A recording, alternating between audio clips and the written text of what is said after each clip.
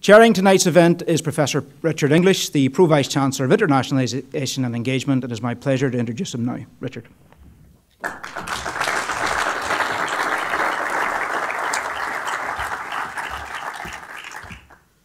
Thanks very much, Ryan.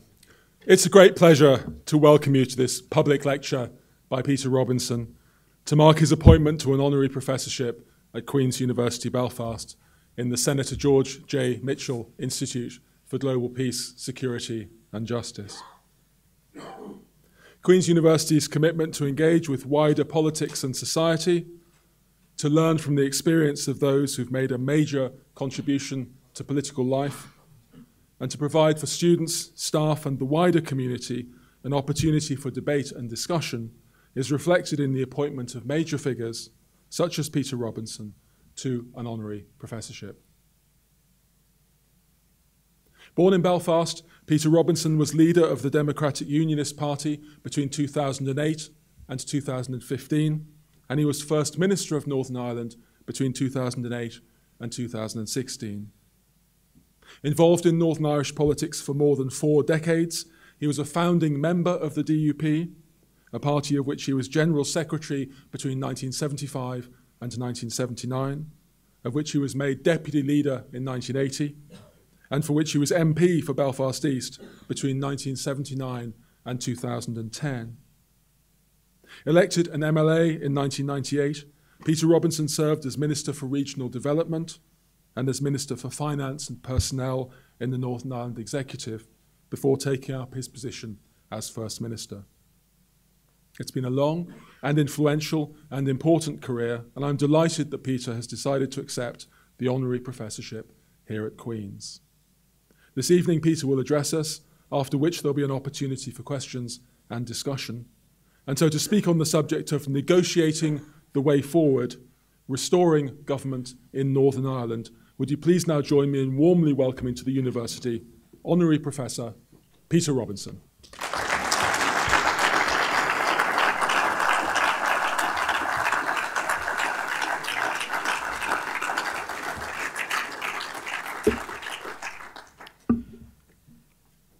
Well, thank you very much indeed, Pro Vice-Chancellor. I want to thank you and indeed all those at the Senator George Mitchell Institute for the great honour and privilege of becoming an honorary professor at this prestigious university. I'm genuinely deeply moved and grateful. Queen's University plays a key role in our society, one that goes well beyond educational excellence. I can recall the many times that I heard investors speak of what was for them a key selling point in their decision to invest in Northern Ireland. It was a close link between business, government, and academia. And I'm not just talking about the fantastic research facilities that you have here at Queen's and the startups that have flowed from that work. I'm talking about the collaboration with companies that are intending to invest here, making sure that we have sufficient graduates with qualifications in the required subjects for the jobs that are being created, and also providing ongoing practical cutting-edge support and advanced research. This university is a regular attraction on the visitors schedule government prepares for prospective investors who we want to show the very best of what Northern Ireland has to offer. So my thanks go to everyone here at the university for the assistance that they have been in a way that never really hits the headlines, but which has helped to improve the lives of everyone who lives here. Those who have been close to me over the past 50 years in politics will know that lecturing people isn't something that comes naturally to me. So I thought it wise to seek guidance from colleagues here at the university on the issues that I might be expected to cover in my remarks. It was suggested that I could touch on topics like the art of leadership, the need for compromise, the absence of an executive, and the way forward. Given that I have with great care and restraint, desisted in as far as was possible from commentary on matters that might give rise to contention, you can imagine my unbounded relief to find that the suggested topics were unlikely to stimulate any media interest or excite controversy. Now, I am no friend to sarcasm in the discussion of grave subjects, but I am inclined to think that if Thoreau had been right to argue that the government which governs least governs best, then we would have been splendidly governed over these past few years. The matter is, I say, too awful for irony, for we all know, to the cost of our public services and to the consternation of our people, that the outcome has been otherwise. We have barely been governed at all, with the absence of the Stormont institutions and the reluctance of Westminster to step in during their absence. Successive secretaries of state have chosen instead to embalm the structures in the hope that some munificent, others might say miraculous event would occur to allow the switch to be flicked to start the assembly in any lasting or meaningful form. I'm not offering a counsel of despair, far from it. I'm simply following that rational dictum. If you want to chart a course to your desired destination, it is necessary to know from where you start. In this case, it requires more than that. It requires an honest appraisal not just of where we are, but of the consequences of remaining here. Progress has been immured in a political impasse. A legion of decisions awaits ministerial sign-off. These include matters vital to the public health, well-being, and prosperity. Inescapably, it is the poor, the needy, the meek and the humble who suffer most. The deadlock impacts upon our economic offering. I ask you, what serious investor could afford to ignore the lack of political stability in a potential investment location? Moreover, I believe that I am not alone in feeling that a community division is accelerating and we are at risk of awakening the slumbering hostilities that we had all hoped would never again be aroused. While I still fear, for none of us can be sure, that the public do wish the Assembly and Executive to return, we cannot ignore the truth that there is a growing, pained, and despairing reservation in the community about the Assembly ever usefully functioning again, and a guarded but questioning apprehension about whether it's worth the effort. Now, such conclusions would be very wrong, but that they exist impacts on the body politic. I fear that the inability to work it out locally will eventually lead to the parcel being passed to direct rulers to take decisions for us.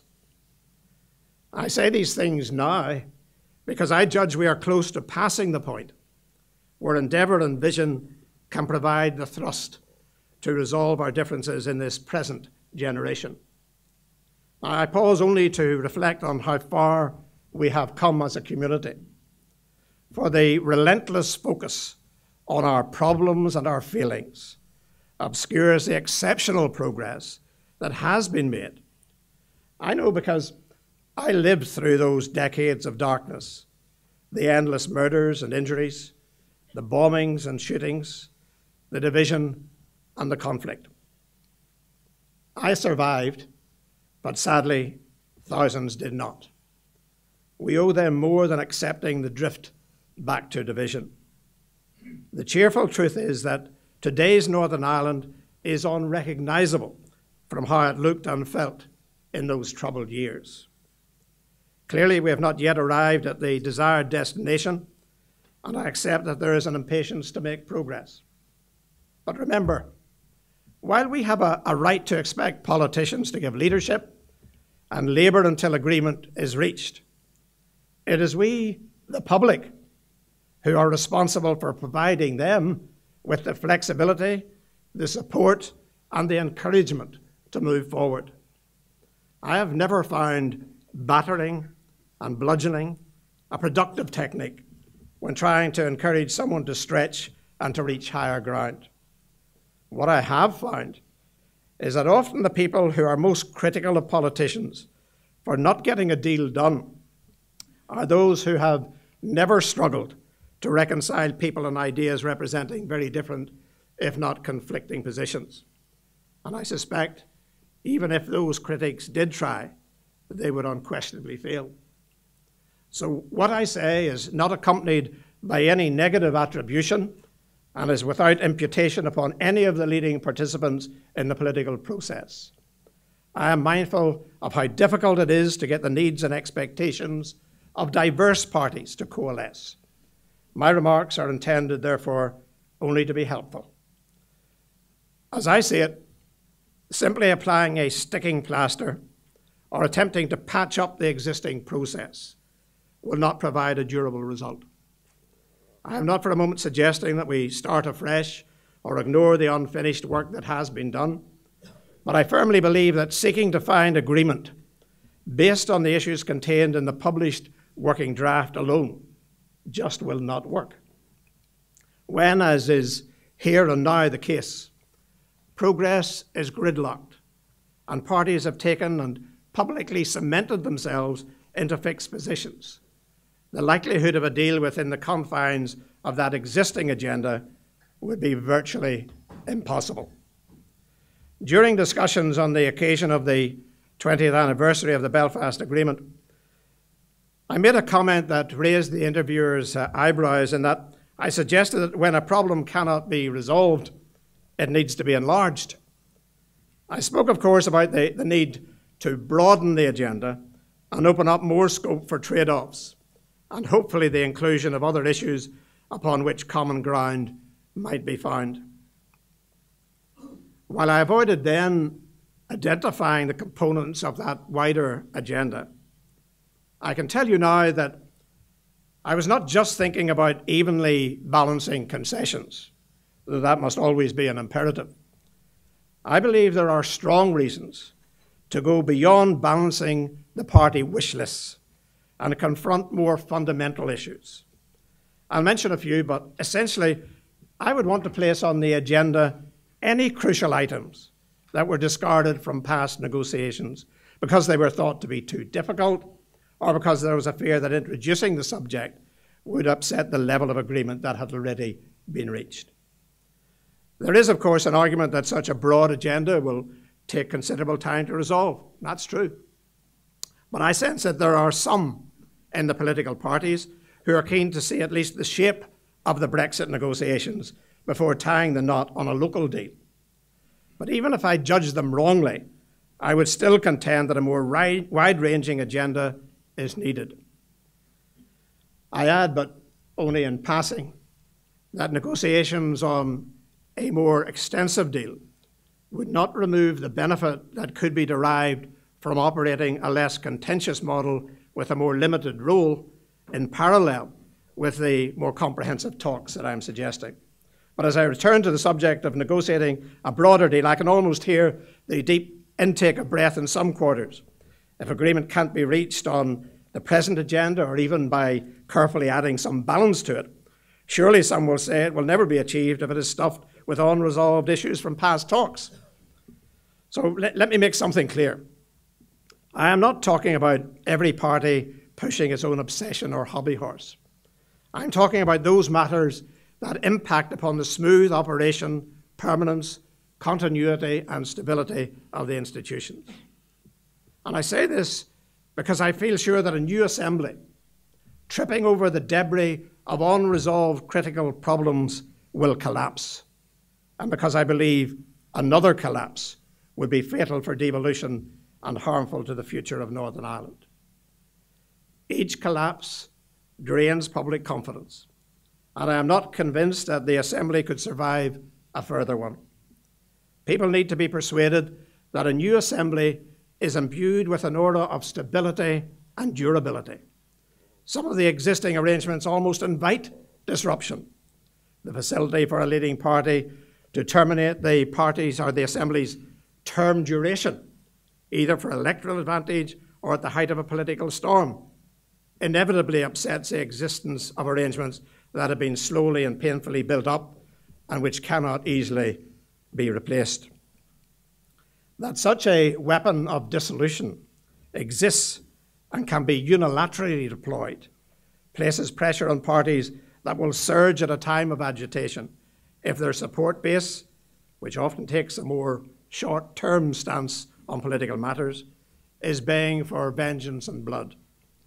A fixed-term assembly with sensible mechanisms in place to allow a party, even one of the largest ones, to opt out of the executive if they choose, or to be put out if circumstances warrant it, could easily be put in place in a manner that would work and would give greater hope of maintaining stable working institutions. Just take a look at our local councils in this respect. Over a period of 40 years, including some of the most agonizing ones, local government continued to function. All I am arguing is that Stormont's continuation needs to be similarly certain and sound. If projectiles are flying around the political airspace, Stormont's survival should not be thrown up as chaff or become part of the bargaining process. So whatever future problems may arise, the parties in agreeing a new deal should, at the very minimum, sign a solemn declaration to work on any problems that surface while they still operate the agreed institutions. Furthermore, embracing a process was necessary to allow devolution to function by banking such progress as could be achieved, while other complex issues were pushed down the line, awaiting more favourable circumstances or new thinking. As Martin Luther King put it, you don't have to see the full staircase, just take the first step. The arrangements which were upgraded at St Andrews and beyond provided a long interval of stability, but were still never truly infused with a sense of permanence. The politics of process has served us well in the past, yet we now find ourselves faced with the downside of being in a process. The feeling that everything is temporary, that the arrangements are in flux, that the functioning of the Assembly will be repeatedly interrupted for negotiating pit stops. Being processed brings with it that unsettled feeling that produces uncertainty and at times fear. That's why I counsel against any nip and tuck solution and favour major reconstructive surgery. The outcome of the next set of negotiations must have the feel of the parties having reached a settlement rather than the continuation of a process. Now, some will say that Republicans want a process towards a united Ireland and would therefore resist any move to provide stable political structures here. I don't accept that. I do accept that the life of our union with Great Britain is subject to the principle of consent, and therefore it will be argued by some that we can only talk about a generational settlement. However, the vehicle for moving Northern Ireland from being part of the United Kingdom to being part of a united Ireland was never to be a step-by-step process or through incremental changes to Northern Ireland's institutions and its characteristics. The mechanism for constitutional change was and is the principle of consent as exercised through a border poll. I realise that even discussing this issue can cause some people to clutch their chests, but perhaps it is time to consider the border poll instrument more closely and replace the existing deficient arrangements with provisions that make sense and are less threatening. It's because I am very confident about the likely outcome of a border poll that I feel now is the time to examine and reflect on the issue, particularly in the light of the experience of the Brexit referendum and its aftermath. Because if ending our membership of a common market or economic union requires years of negotiations, a transition period, and has raised demands for a second referendum because voters had only determined to exit but had not given approval to the terms of exit, then how much greater would the argument be if there was a vote to change national sovereignty? The outcome of the Brexit referendum should also have taught us another lesson, one clearly not learned by everyone, that if a single choice, yes or no answer to a simple question on ending an economic partnership can stir such passion, division, and disruption, then those who see a Northern Ireland plebiscite as an aid to peace and stability understand little about human behaviour. The existing, simplistic, majority of one mechanism to deal with colossal constitutional change would be a recipe for chaos if it were ever to be activated. It's better to deal with the process that would be involved when there is no reason to anticipate an outcome that obliges change, rather than having to tackle the issue on the fly if it were ever to be triggered in the future. In this, I'm not, of course, talking about the nature and shape of the new state that would emerge if there was ever a vote to exit the United Kingdom. I'm alluding to the need to agree a process for negotiations, timescales, and not only the means of reaching agreement on all of the particulars that would flow, but also who would be involved in negotiating such an agreement.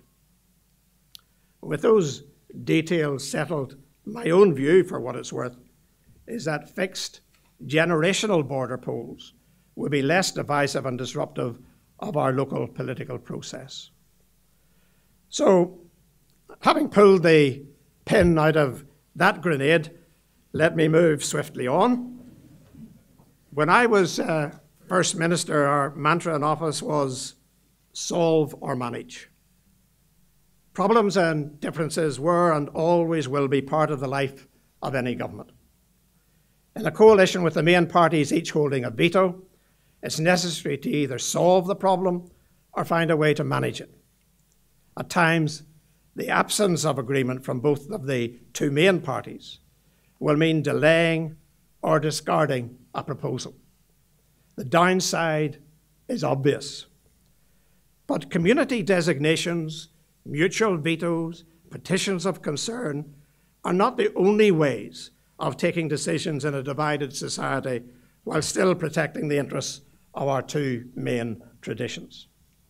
I contend it's entirely possible to design community protective devices that will still ensure timely decisions can be taken, thereby enhancing the democratic control of decision making. So, rather than filling Stormont's pending trays or trash cans with issues that under our existing system have been vetoed or have not attracted mutual agreement, we must establish processes that ensure decisions can be taken.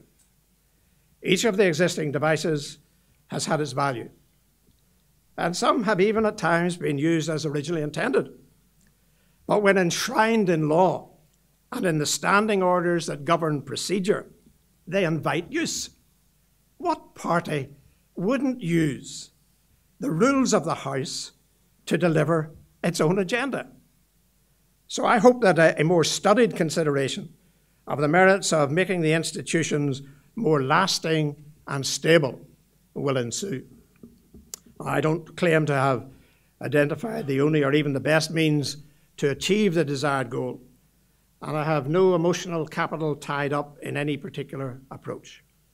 I do, however, believe that it is imperative to address this matter. Perhaps just a few words on the practice of negotiating. All the main party leaders have been engaged in negotiations in the past as part of their respective party delegations. After the recent talks, they will have realised that there is a significant difference when at the same time you hold the responsibility of leadership. It can be a daunting experience. I say to each of them, while you will still want to achieve your objective, you know that there is a heavy burden upon you to get a result, and more importantly, to get it right. The eyes just of your party, but of the whole world, are now upon you. When you're at the top, there will be foes waiting for you to slip up. And it may be that they will not always be found in the ranks of opposition parties.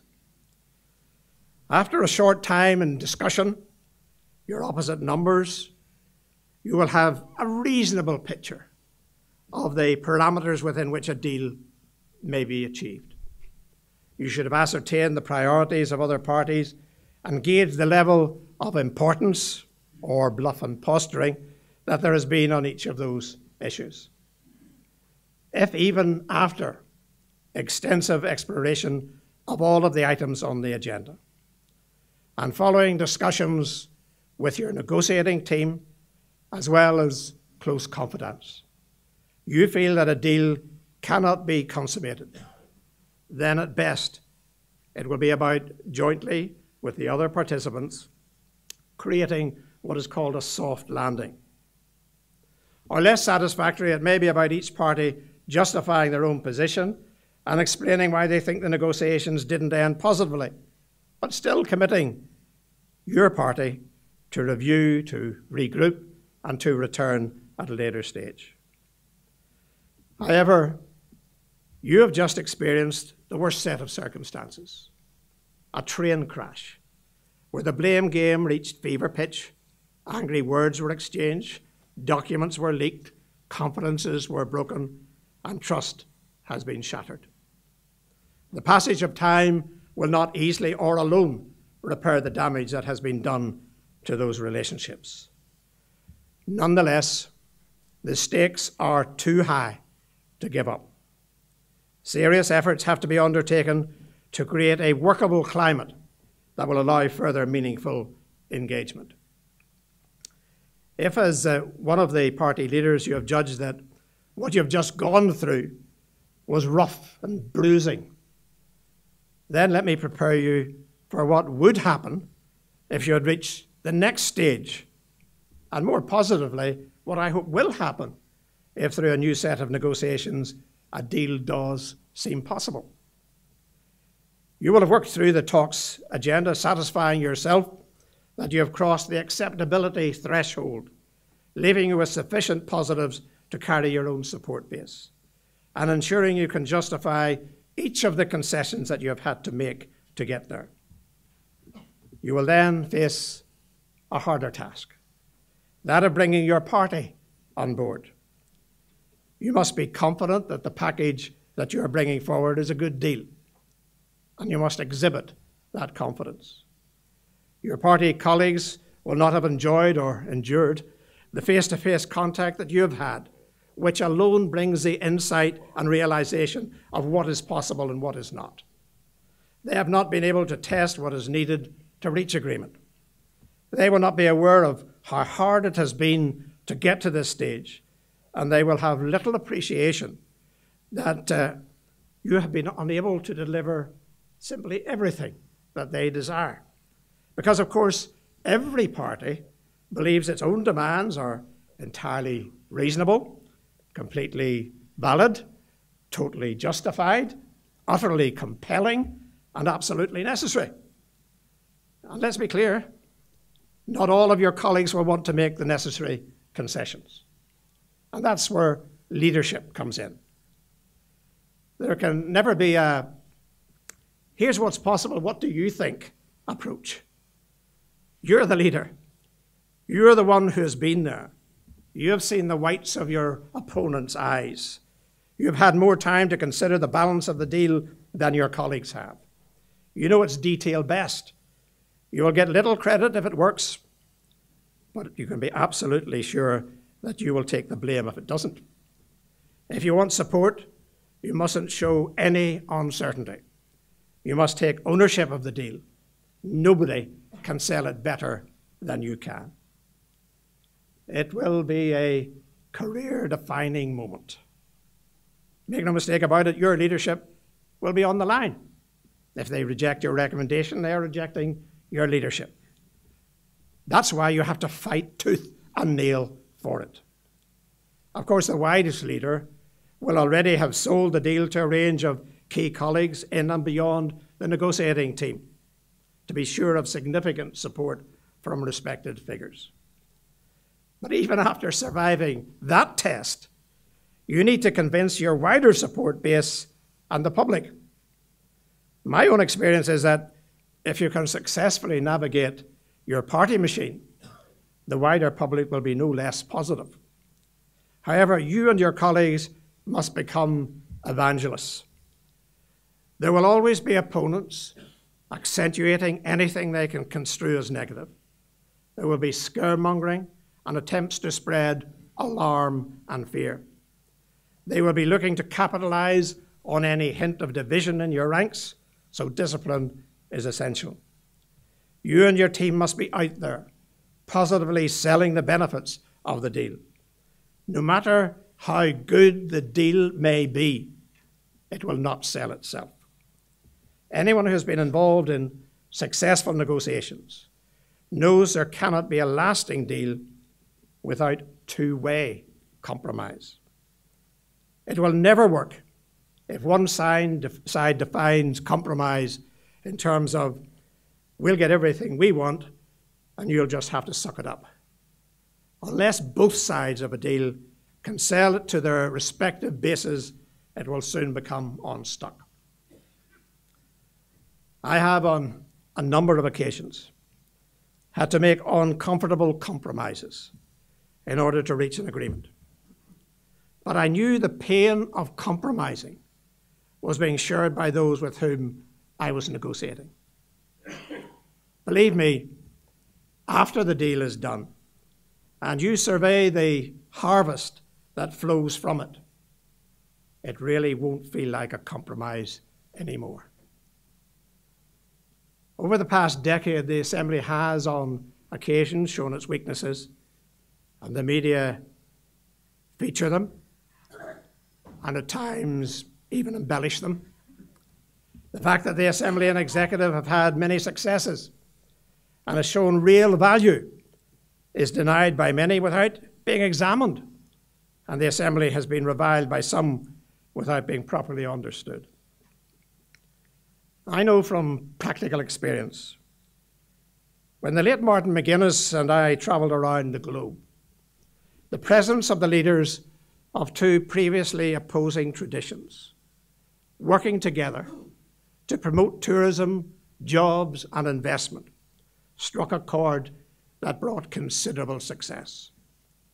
Bringing together the talents and abilities of our two traditions did work. Mother Teresa once said, "I can do things you cannot. You can do things I cannot. Together, we can do great things." That same vision can still be real and achievable here. It will require compromise, risk, and determination. But it can lead to community cohesion, economic reward, and give hope and reason for our young people to stay and make their future here at home. Conflict reconciliation is a step beyond conflict resolution and 2 steps beyond conflict avoidance. But it is reconciliation that we must seek to achieve. It ought to be the design and policy of all of our leaders to cultivate better understanding and seek to bring people together to work towards the common end of fashioning a shared and cohesive society. The wounds of the past are deep, and understandably at times of tension, they tend to drag us back to the enmities of the past. Even dealing with the legacy of these matters is bound to reawaken many of the troubling emotions that the events themselves occasioned. We must acknowledge that pain and sorrow, and we must also take responsibility for working together to create real and lasting change. That's the stamp of leadership. Even though many in the ranks will have reservations about aspects of what an agreement may contain, even when it means challenging ourselves and the way things have been done in the past. Even though we will face criticism, even abuse, For if instead of head-butting each other, we join to put our shoulders to the wheel, committing ourselves to serve the whole community and establish shared goals, we can build a better and brighter future for our children and grandchildren without regard to identity, culture, religion, or party politics. I'm not on the side of the skeptics, the doubters, and the pessimists. I have hope and confidence in the future. Our politics, with all its imperfections, is the best tool to help reconcile and build a shared society. No matter what background we hail from, if we combine our energies, the prophets of doom can be confounded. I know what the cynics say. They say it's impossible, given how deeply ingrained each generation is with the legacy of the past. It's impossible. There's no common ground. They're as different as honey and vinegar. Look at the chasm between the parties. Look at the deadlock. Look at the alphabet of paramilitaries that still exist. Look at our politicians. They can't agree on anything. Look at Brexit, an Irish Language Act, the Military Covenant, and the myriad of other problems. It's just impossible. Let me say this to the cynics. It always seems impossible until it's done. What will make it possible now, as in the past, will be persistence, focus, courage, and leadership. The persistence to work through disappointments and setbacks. The ability to focus on the objective rather than being overcome by the problems of getting there. The courage to take people where you know they need to be, though they may fear the journey. The leadership that sets your face towards the glow of a shared future and leaves the dark shadow to fall behind.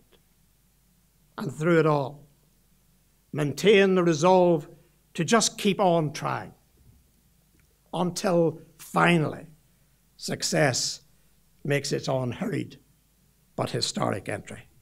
Thank you. Thank you very much indeed, Peter. We now have some time for questions and discussion, and Peter has kindly agreed to answer questions. So who will start us off? There's a question there. We have microphones roving. There's a question there, Maurice. Thank you very much. Yes, please. Thank you, sir. Thank you, sir. Can you hear me? Yes. I'm Fayaz and I'm a PhD student. If I were to take the essence of your presentation, it shows that we should be hopeful. So that means I can conclude that the politics is the art of possible. But if one were to see the empirical reality, the politics as an art of possible does not seem to be true. Your comment, sir.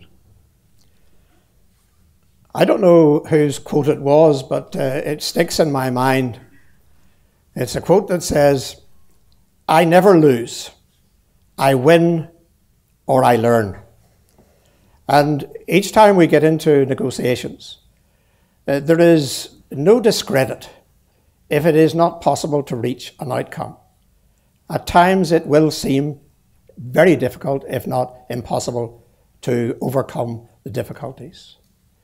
But if there is that persistence, if we continue to analyse the problem, look at other ways of addressing the problem, look and see if there are other trade-offs that can be agreed, I believe they can be overcome. But what it does require, and there will never be an agreement without it, is that all parties, at least the major parties, to any talks process, must want to have a successful outcome. If they can rely on some fallback position, I think it is less likely that there will be a fruitful outcome to the discussions. So yes, I am hopeful. I believe that there is still the desire. I talk to people from all of the political parties. Some of them are still talking to me, even if some of the academics in this university don't want to. So I'm still talking to them, and I believe that there is a genuine desire on the part of all of the parties to reach agreement. Of course, everybody wants to have an agreement their way, But as soon as you get into negotiations, you soon learn that it has to be on the basis of making compromises to reach agreement. Thank you, Peter. Next question was here, please, on the left. It's wonderful to have you, and I'm looking forward to some master classes and stuff in the Mitchell Institute. I'm sure they'll be really good, lively, and... Is that a threat? No, not at all, not at all, genuinely.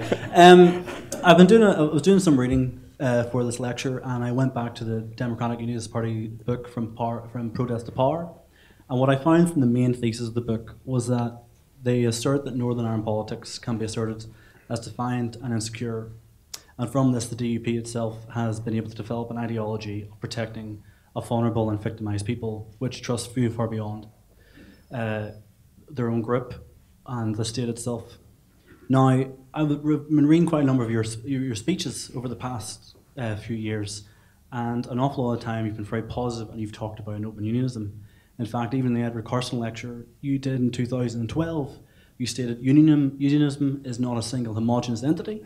It must be about opening up to new communities and building a broad and solid coalition. And I'm sure at times with media representation, they'd be surprised you would say this, but you say this quite an awful lot in your speeches. I've noticed reading over them.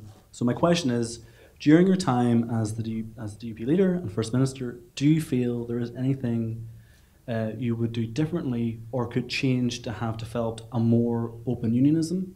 And do you feel DUP unionism, as I call it, could include the LGBTQ community? And if so, would you be able to give an apology for your past comments to open up that dialogue, to open up that debate, that we can actually go back to 2012 and have that debate about the place of unionism, its inclusiveness, and the form it should take? Thank you. Peter? Well, I think there's probably half a dozen questions in there, and I'll maybe forget some of them, but I hope I remember most of them. First of all, as Her Majesty the Queen said when her speech in Dublin, that there would be few of us that could look back over the past without recognising that there were decisions that we would have been better doing differently or not at all. And nobody could be involved in the helter-skelter of Northern Ireland politics at a time of conflict and division without looking back and saying, well, I'd rather I hadn't done that or said this or that. I think the big mistake now would be to actually catalogue what those mistakes were, but I put my hand up readily. Of course, there were mistakes, and there are regrets in it as well. And I think a regret that I have, I touched on the subject matter, but maybe not on some of the backcloth to it. It was on the issue of reconciliation. I regret that we didn't do more, or that we didn't work our way through some of the resistance that there was to getting real reconciliation in the community. We had managed to bring, if you like, warring parties together to work together in a power-sharing executive, and that was wonderful. That was a massive change, and you know, if anybody had told me a decade or two before it happened that that's where I would be, I'd have been looking for somebody with a white coat to come along. So, you know, I think massive transformation took place. But what we didn't do was sufficient to get it to start to filter through the whole of the community. It's not because we didn't know it needed to be done, because both Martin and I can recall the occasion when we sat down in the First Minister's office and we looked at that issue and wondered how best we could do it. And we actually devised a means to do it. I'm even trying to remember, it's my age, the grey cells are beginning to go away. But we brought forward a programme which had the United Youth Programme as part of it, and there were a whole range of it, of issues within it. What we very soon found was that we were facing difficulties which you might call structural, where because we were trying to do something, it was stepping into the territory of departments, and the empire builders within departments didn't like some of the authority being taken. So there was that kind of resistance taking place. Not so much any resistance in the political arena, but more of a resistance into how things should be done. And I really do wish that we had been able to do much more in that area. And of course, you're always governed by events that are taking place outside, and with the flags, protest issues coming up. It wasn't exactly the atmosphere where you could push those kind of programs as well. So that's one of the issues.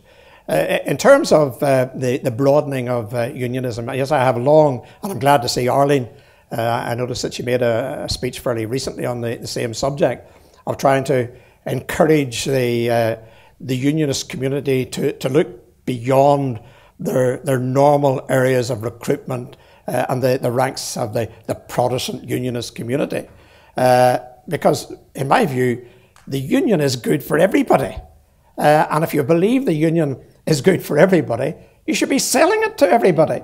And indeed, if anybody starts looking at the present balances of our community, if they haven't missed a maths class, they're bound to see that it would greatly benefit the cause of the union if we were able to have a significant portion of the Catholic community who saw the merits of the union. And it was a strong issue with me, and I believe it's an absolutely essential issue for the future. And if you can take away some of the sectarianism from our politics by doing something like that, that's an added value. If you talk about the LGBT community, the only thing I say to you in this is that there are many people in political parties who don't agree with everything that a political party advocates. I'm pretty sure if I was to go to some of the ranks of the DUP here, I could suggest to them, whom I remember talking to you about such and such a subject. That happens. It happens in every political party, but overwhelmingly the burden of the party's policy and direction is something they can give support to. So while people may not agree with every aspect of our party policy, I hope that they will be able to recognise the overall value of a party that's strong on the union, would be pro-business. And I say about the LGBT community, I have every respect for the views that people in the LGBT community hold, the views that are held by people who are presently talking about abortion. I am not intolerant to their views, happy to discuss it with them. I do find that there is something of an intolerance, and this isn't a direct response to the people who in the university signed the letter today, but to say that they didn't like the decision because of my intolerant attitude actually shows their intolerance in the issue of LGBT matters. So, of course, we will differ on a number of matters. But when I joined the DUP, I did some work in working out what the D stood for. It stands for democratic. That means you accept the democratic view of people. That may not always go as I would wish it to. It already on times has gone ways other than I would wish it. But democratically, people will decide for themselves. Unfortunately, at the present time, there's no institution for them to democratically decide in. So all I ask is that perhaps we need to lower the temperature and be a bit more sensitive when we're dealing with these issues and recognise that I am as entitled to my view, which I passionately hold, as other people are to theirs, which they passionately hold. Thank you, Peter. The next question was there on the left. Thank you. Thank you, Professor English. I have skin in the game as I have two sons living here at the age of 26 and 28, and I wouldn't like to see them leave. My question and comments first, Peter, and to Queen's, an outstanding speech, very carefully measured, and an outreach. In fact, if you don't mind me saying, when you mentioned Democrat, at some points this evening I thought I was listening to another Democrat with silver hair, smooth delivery, and a throaty rasp. You can probably guess his name. It comes next to Mitchell, usually. But Peter, in all seriousness, after such a weighty and well thought through speech, which I sense people welcomed, you still have to try and tell the next generation why they should stay here. Because although you give the impression there is the luxury of time, I don't personally think there is. As said at the CBI annual dinner last year by a millennial, quote, "If you lot don't shape up, we're shipping out. That is the real problem, that the talent will leave unless, quote, you lot don't shape up. You've given many outstanding pointers and outreaches, but in 30 seconds, what would your soundbite be to a millennial who's about to qualify at Queen's and is deciding whether to stay or go? Thank you. Well, I'm not sure if I can confine it to 30 seconds, but I hope I didn't give the impression in my remarks that there was plenty of time. In fact, the burden of my remarks was quite the opposite. I was saying that we are close to passing the point where it can be dealt with in this generation. So I believe that there is an urgency about it. What I'll say to you in terms of young people staying here, when we actually did have a functioning executive, people were voting to stay here. We were bringing in jobs so that they didn't have to leave our country to get good, well-paid positions. And there was net immigration to Northern Ireland during that period of time. So I believe if you can create a stable and peaceful society where the communities are working together, where they all have ownership of the process and they all feel a part of the process, I believe people will stay here, and I think that there will be the attraction of business into Northern Ireland, which will give them the economic advantage of remaining here as well. Thank you. There are many people going to ask questions. I'm going to take the next two people who've caught my eye. There's a question here on the left. Yes, that's right, Maurice, there. And then there's a question there at the back. Yep, right. Two behind the last questioner. Yes, that's right, yeah. So I'll take both of the questions, and then Peter can answer them, and then I'm afraid we're going to have to finish. So the first question there, thank you. Thank you. I think it's yeah. Sorry. No, it's you, yeah. Yeah, Veronique. thank you. My question would be about the way forward, and in particular, in relation to the fact that Northern Ireland has become an increasingly diverse society. A particular topic that you haven't really touched upon. Something I'm really interested as a sociologist working on religion. And before getting to my question, I would start with a quote from you. In May 2014, in support of Pastor McConnell, you have declared the following in an interview for the Irish News. I wouldn't trust Muslims to give me spiritual advice. I wouldn't trust Muslims who are following Sharia law to the letter. However, as I have said in many of the normal daily activities of life, I will have no difficulty in trusting Muslims to go down to the shop for me to give me the right change, to do a lot of other things, and so on. Now, I have to say, as a sociologist, that quote really fascinated me. And in particular, the "for me," because in this quote, you are actually imagining a hierarchy, a social hierarchy between you and this imaginary Muslim associated with lack of skills and subservient position. So in other words, we have here an intertwining between religious identity and social hierarchy. And what I find even more fascinating here is that need to get to the question. Yeah, it's going to be finished very soon. Is that this is the history of Northern Ireland, whereby lack of privilege or social privilege is associated with religious identity. So my question is this: I would like to, as now honorary professor in peace studies, to reflect on the significance of those discourses for peace and social cohesion in Northern Ireland. Thank you. Thank you very much. Another question there, and then I'll give Peter a chance to answer both. Thank you. Peter, how are you? Very well, Good to see you. You haven't called me lately, but don't worry. That's Peter, not the question, Eamon. Yeah, No. Peter, I noticed some very interesting things that you said. I found your contribution challenging and provocative, not in any negative, derogatory way, let me just say. You spoke about leadership. You spoke about when you've done the deal and selling the deal, about dying in the ditch to sell the deal. If you had been in Arlene's position when she had the deal on the table agreed at that level, how would you prevented the constituencies of the Democratic Unionist Party across Northern Ireland dumping the deal and the leadership at that moment in time? Thank you very much. Peter. Well, let me deal with Eamon's point. First of all, I think when you look at the detail of what I said, you will see, first of all, that I indicated that the first thing that the leader has to do is to take the deal as far as they can with their opposite numbers. then consult with their negotiating team and their confidants within the party officers, whatever it happens to be.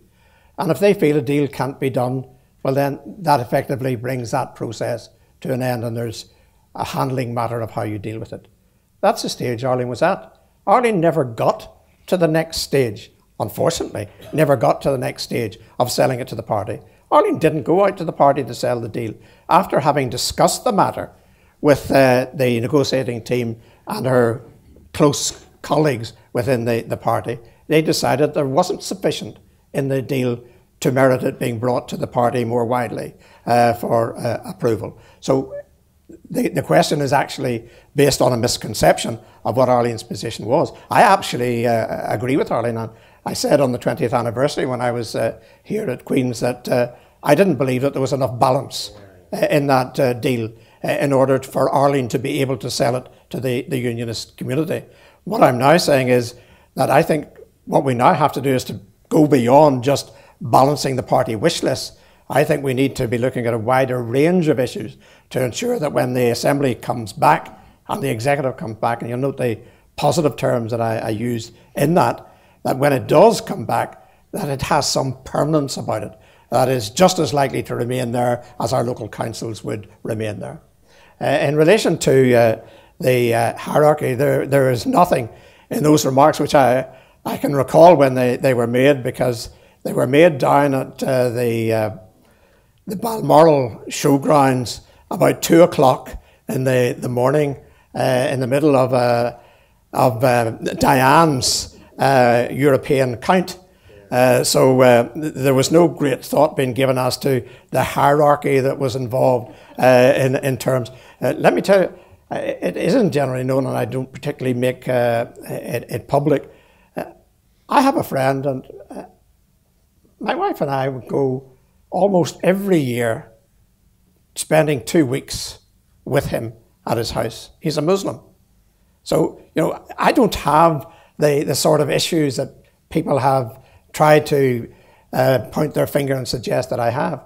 I am alive tonight because of a Muslim, because it was a Muslim in the Royal Victoria Hospital that dealt with me when I had my heart attack. So when the hierarchy is being dealt with, please take into account the consultant at the Royal Victoria Hospital, who I think is beyond me in terms of the hierarchy that we're talking about. So don't read too much into the off-the-cuff comment that was made at 2 o'clock in the morning, and was simply intending to say, of course I trust Muslims.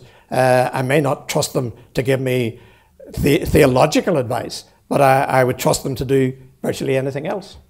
Peter, as you can tell, there's great interest in engaging with you at Queen's. It's been shown tonight, as it was at the 20th anniversary. Can I say thank you to the audience for taking time out of your schedules to come and for generating such good discussion in the questions. Peter, it's been a fascinating and positive and engaging evening. Thank you very much for that. I know everyone will want to join me now in thanking our honorary professor for his lecture. Peter Robinson.